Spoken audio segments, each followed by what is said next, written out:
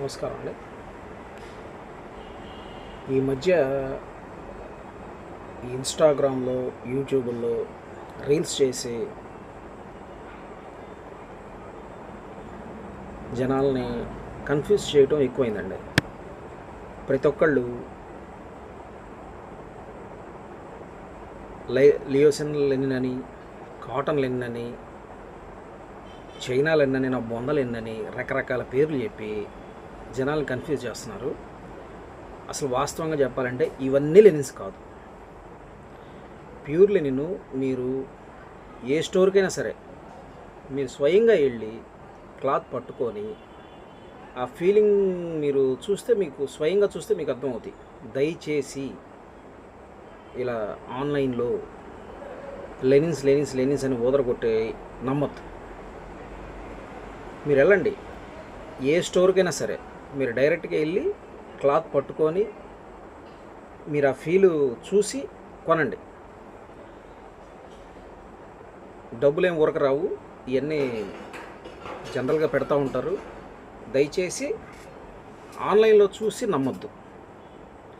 అది నేను పెట్టినా సరే, ఇంకోటి పెట్టినా సరే, ఇంకో షాపుడు పెట్టినా సరే, మీరు ఆన్లైన్లో చూసి గబక్కన ఆర్డర్లు పెట్టద్దు.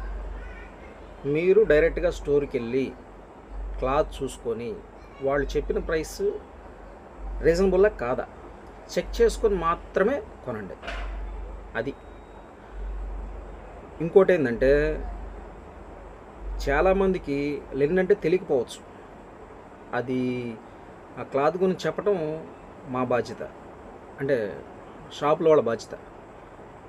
కొంతమంది మామూలుగా బిజినెస్ కోసం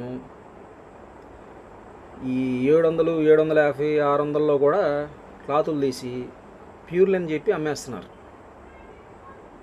కస్టమర్ తప్పు లేదండి, వాళ్ళకి పూర్తిగా తెలియకపోవచ్చు, నాలెడ్జ్ ఉండకపోవచ్చు.